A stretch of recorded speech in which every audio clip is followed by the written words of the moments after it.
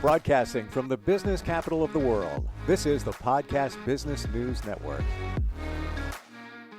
It's almost hard to believe that what your childhood was like, good or bad. I'm talking like when you were like 7 years old, in that territory, how that directly determines how your life is going to go, whether that's good or bad, whether you can't move your life forward, whether you're kind of stuck.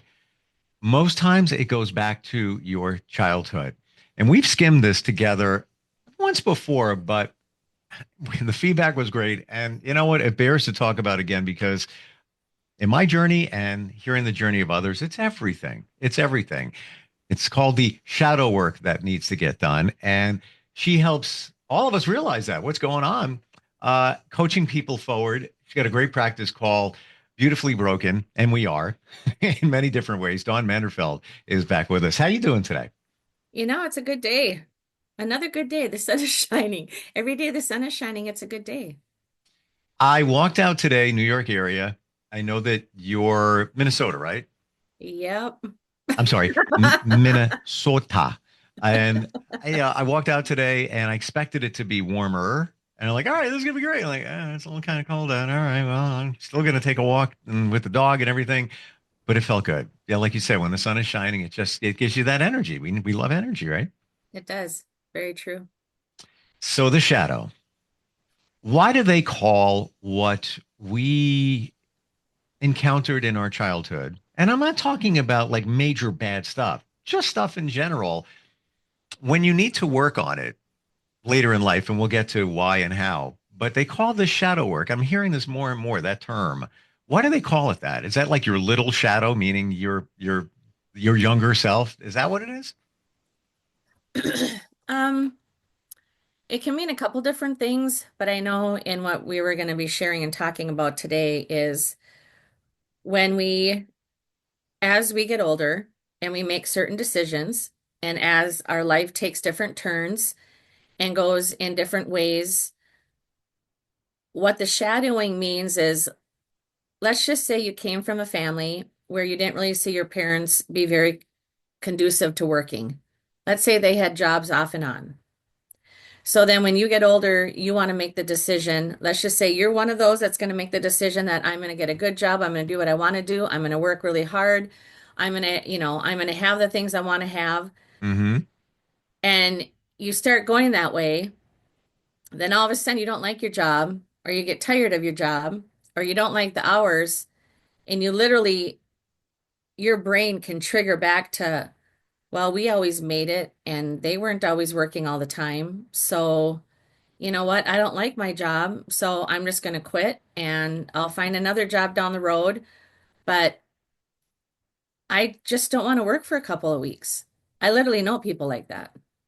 Me too. And what happens is that is what, in what I teach and what I help people with, that is the shadow from your childhood.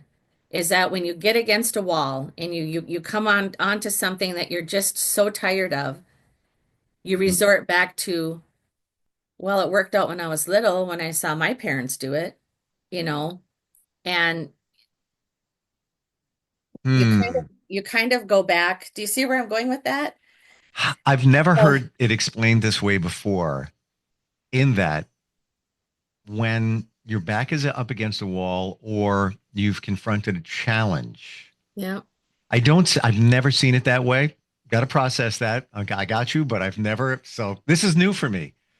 I understand that if you heard something or experienced something as a kid, let's say your parents got divorced, you Yeah. might have, and this is kind of universal for a lot of us, and not just that one reason, but you have deep inside of you a fear of abandonment. Your parents left, and what happened? The family, the whole blah, blah, blah. You have a fear of abandonment. That's just one. It could also be your parents would tell you, and by the way, I'm not throwing any parents under the bus. This is just all normal stuff. But your Yep, this parents is could have life. said, and this is a classic one too. What? Whoa, wait a minute. Don't waste money on that. Money doesn't grow on trees. Oh, no, no, no. So now you have this feeling of scarcity in your mind when it comes to Yep. making money. and then you can never find abundance because you have this thing about money and it really came from your childhood. So that's my understanding, the basics there. Hmm. When you're faced with a challenge or up against the wall, I was recently, not even kidding, making some changes in life. I've never heard that before. So now I have to take that and apply that to what I have heard. And I'm sure you've heard what those examples I gave, just kind of classic examples. Go a little bit, by the way, before we go there, 631-319-6275 or instant feedback, steve@gmail.com. If you want to reach out, got a question, a comment, some insight. Let's go back to that up against the wall. Something has changed. You need to make a decision. Uh, you know, maybe it's not impending, but it's kind of go time. You gotta move forward in an area. What do we revert back to? What's going on there? Well, I'm going to bring up what you brought about divorce. I Sure. have recently counseled a young couple, and his mom and dad never stayed committed to someone for longer than just a couple of years, whether they got married to them or they did not. In this Hmm. case, the mom had been married 4 times, the dad had been married 3 times. So he and his wife were having some struggles, and he was getting frustrated with it, and she wanted to go to counseling. He did not want to come to counseling. And Hmm. so what all that boils down to is the fact that he never learned commitment. He never saw his parents commit. He was tossed between his mom's house to his dad's house. When his mom wanted a break, then he went to his dad's. When his dad wanted a break, he went to his mom's. And so, because they were going through a situation, he just said, you know what? I'm tired of this. It's a lot of work right now. This isn't going to work for me, and I want a divorce. This He this was up person you were against the wall. counseling, that Yeah, that this person I was counseling, this gentleman. Why? gotcha. Because he was up against a challenge of, does he love her enough to work through this and to get to the bottom of why he has that disconnect? And he did that with friendships too. If they bothered him, made him angry, upset, we're done. Don't talk to me, go away, blah, blah, blah. So when you're up against a wall, it could be a commitment issue. When you're having a commitment challenge. That was definitely something that stemmed from his childhood. Hmm. This good part to the story is he said, I do love her. I do love my kids. This is just a lot of work. It's really hard. I don't know how to take the steps to make it work. Right there. I don't know. So that's a big one Hmm. because you get the shadow of your childhood and it's like, well, my parents are happy. It always worked for them, blah, blah, blah, blah, blah. And she hung on and she just said, well, let's just try counseling before we just kind of give up on this. And he finally just started, when I started working with him individually, really getting into his childhood, because that was the first place I went. What was your childhood like? Now, granted, that can work with people that have a wonderful marriage. But in this specific case, it definitely stemmed from his childhood. He canceled the divorce, Hmm. still going to counseling. And he said, I never thought that I could be this in love with the same person for longer Wow. than my parents stuck with one individual at a time. That's kind of what we're talking about, the shadowing and how our childhood, because no one taught him commitment. No one showed him what it meant to work through the really hard times. So for him, it was very easy just to say, well, I'm done. I'm just going to move on.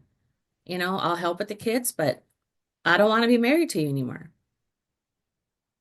Wow. That's a really good example of what it means to have the shadow of your childhood connect with you when you're up against a wall in a decision or you have a big challenge in front of you.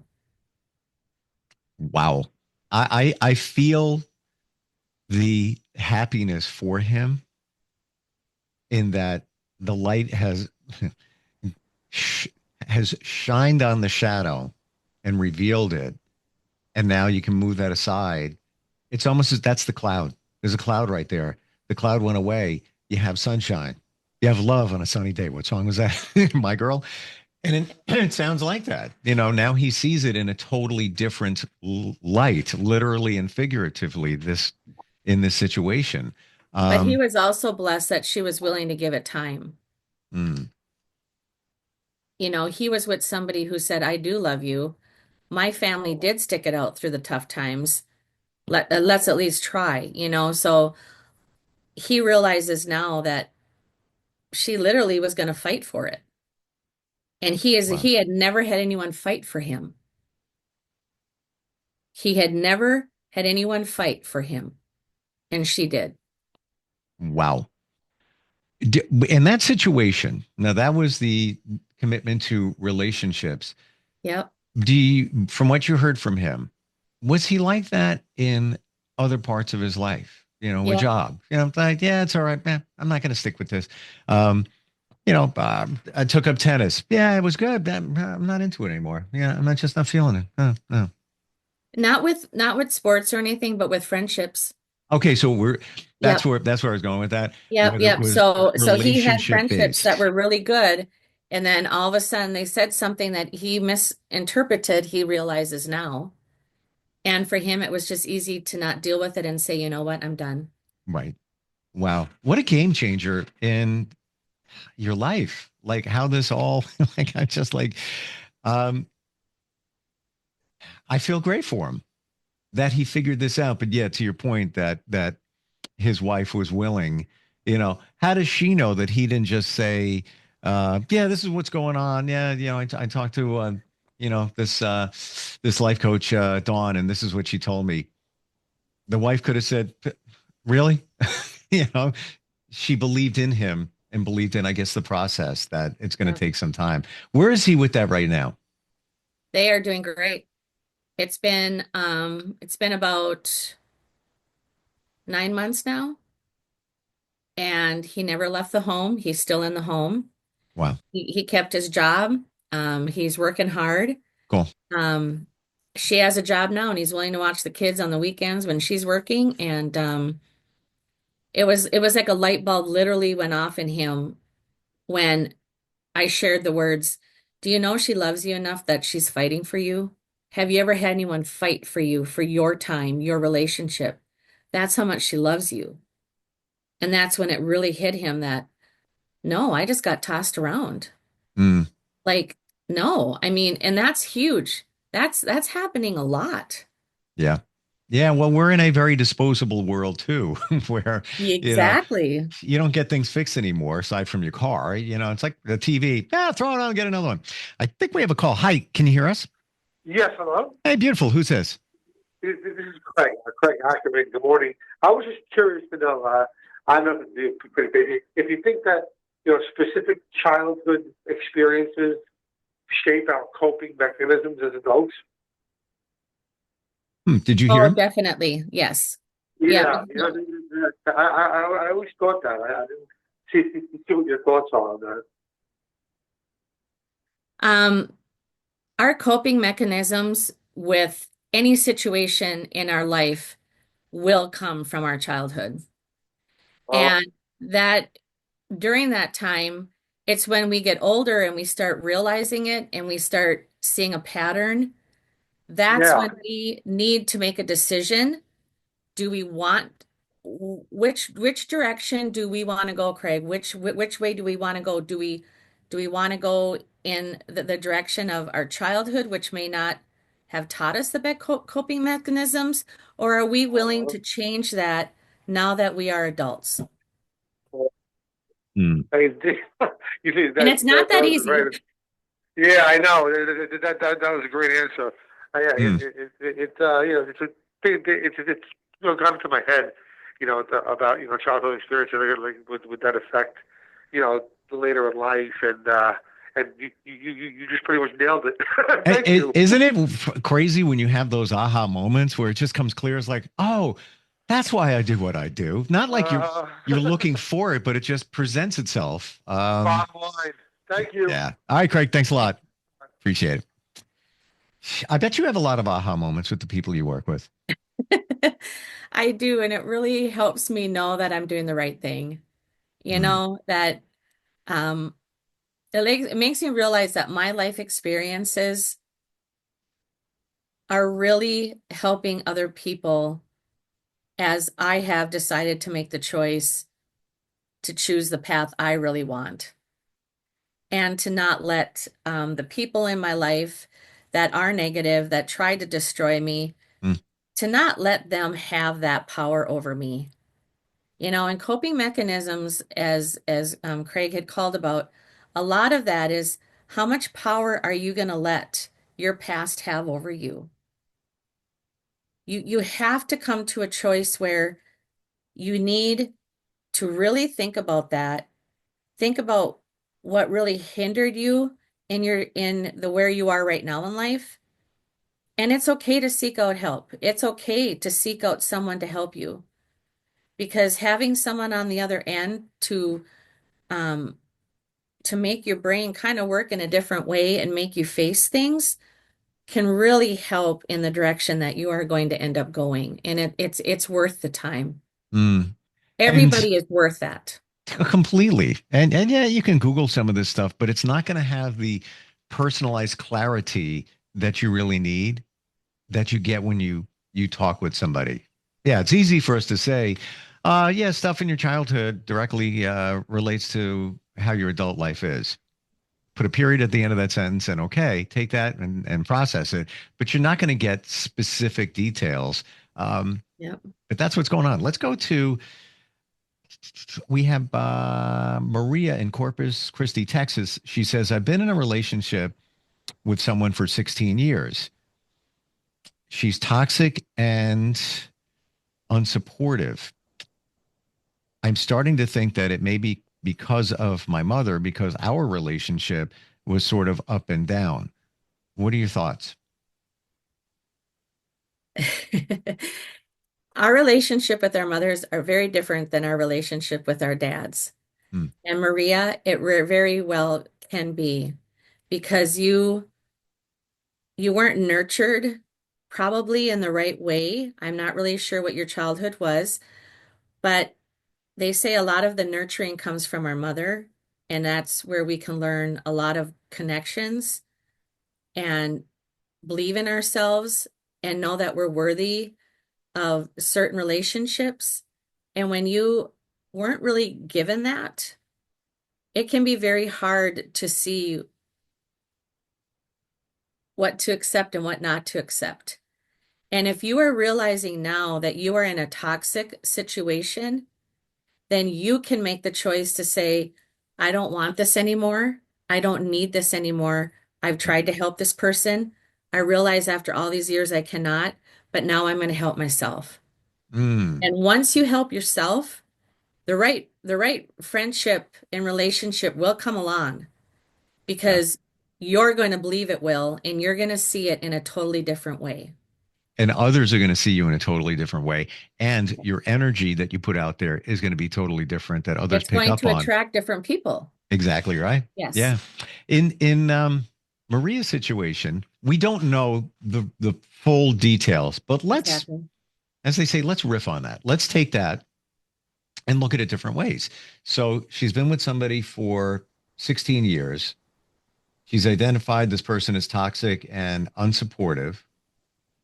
So it could be that Maria, again, could be, is looking for acceptance in this person. And this person could be a narcissist and sees that and then plays it, to their advantage because somebody like Maria could be looking just, my mom didn't, I don't feel like I was accepted. She always kind of put me down. Yep. Like you said, I wasn't, maybe that person, Maria, again, this is hypothetical, maybe wasn't nurtured in a certain way. So now she looks to the partner for that. And then either the partner doesn't care or the partner sees, all right, let me pray down on that. Again, all different scenarios. It's almost endless, I would think, right? It is because a narcissist wants to play the hero. They want to break you down and then they want to be the one to pick you back up Mm, and to make you feel all happy again and all worth everything. That was my first husband. literally, when we went to counseling, the counselor said, "You are in a narcissistic situation and you need to get out." Mm.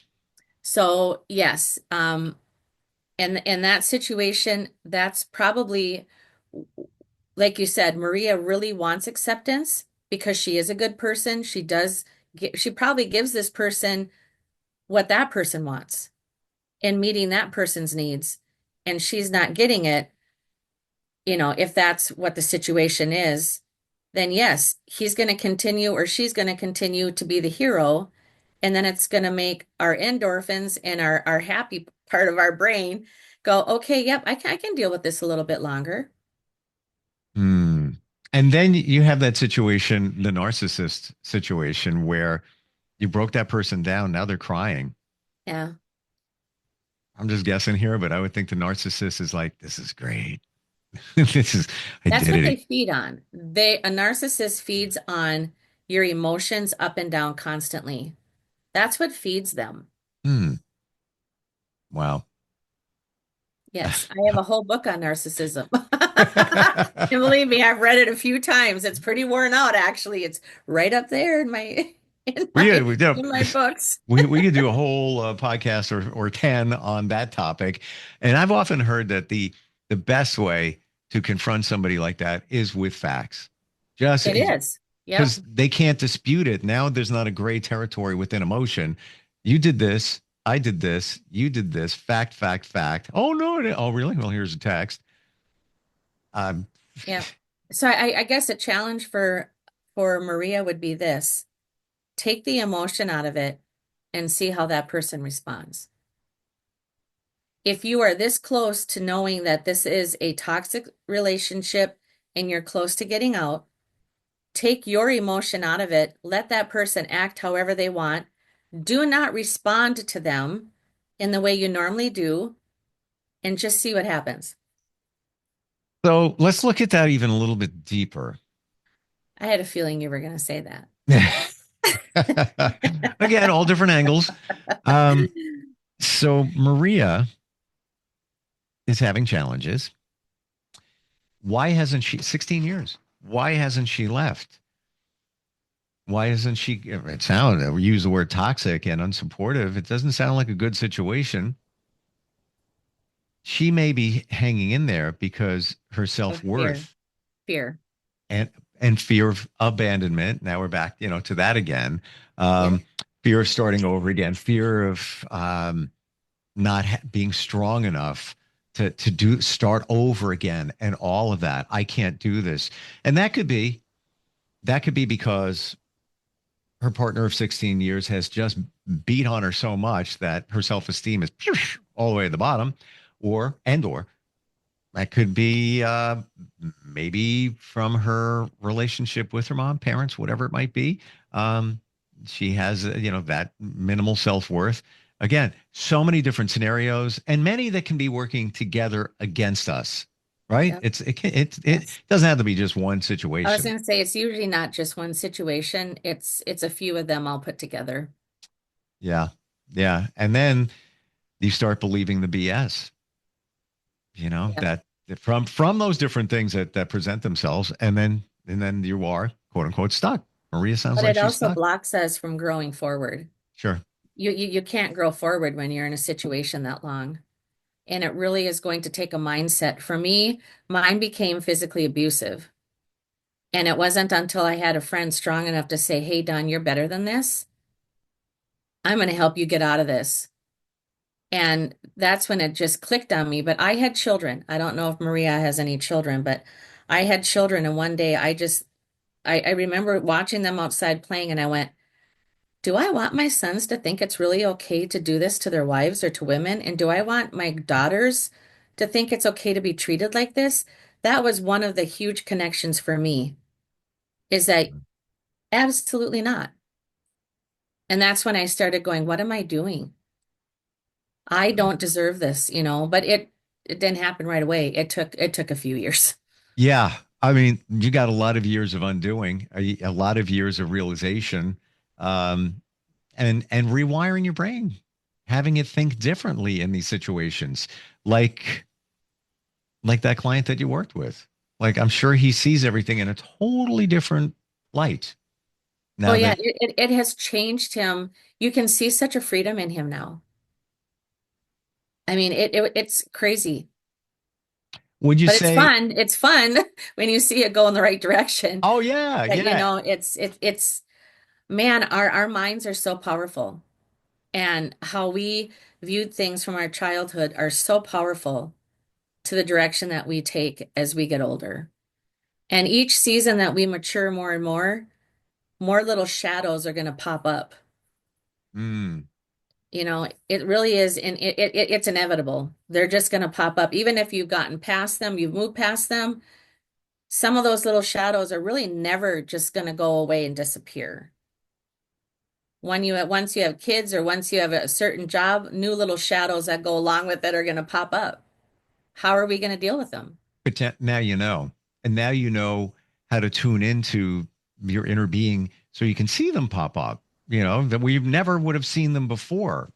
Um, it's it's a game changer though, and this is I don't want to use the cliche, but when people say they're stuck, this is it. This is what's keeping you stuck, right? Yeah. Mm. Um, And I encourage both Craig and Maria, write things down, write the pros and the cons of what you're going through right now, and really work on why you feel like this is why you're reacting that way. And then just take a deep breath, slow down a little bit and go, okay, is this really the direction my life is taking? Or am I just in a bad spot for right now? I want to close and share something in real time, real quick. To your point, told you I'm in a men's group, and we're about leadership, community service, but also shadow work, and that's the theme for this tour, if you will. Last night, somebody in the group shared or gave 12 different questions, and they were like kind of, and we wrote them down in a journal. Don't have to show it to anybody. But as I wrote them down and kind of revealing, like, what don't you want somebody to see in you? Things like that. 12 questions. I, didn't have the greatest relationship with my father, but out of those 12 questions, to my surprise, because I didn't think there was that much going on there. 3 or 4, can't remember exactly, related to him. And I didn't see it previously. So I brought that up because you said write it down. Yeah. Write it down. It was staring me in the face. I'm like, I really don't want to write this again, but that's kind of where it goes. And there's another one where it's connected there. And I don't mean it in a negative way. It's just a connection, connect the dots. That's what we're talking Well, about. it makes your brain work in a different way because if you just think it and say it out loud, you're constantly doing that and you get the same reaction. But when you write it down, you're actually reading it.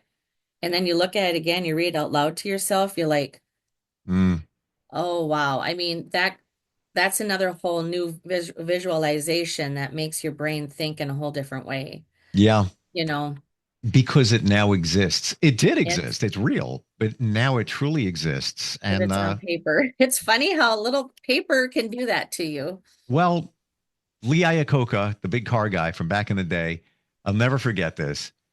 If it's not in print, it doesn't exist. So when you write it, and that's everything, whether it's, a contract, if somebody has a verbal thing, no, no, no, no, no. It needs to be documented when you write it down. Now it's real and it exists, and this stuff does exist up in your head. You just haven't pulled it out yet. That's where you come in, livingbb.org, BB Yep. standing for beautifully broken, which is what we all are. Livingbb.org. Reach out, start a conversation, and change the programs in your head that you're running from your childhood because they're outdated. Yep. And if Outdated. anybody has any questions, reach out to me at donrenee@livingbb.org. My phone number is 952-200-1103. Life changing. Thank you so much for today. I'm glad sometimes it's kind of rough. Like, we talked about that once in the past, but we went way deeper this time than we did previously for good reason. And I appreciate it. Thank you. Thank you. Have a blessed day.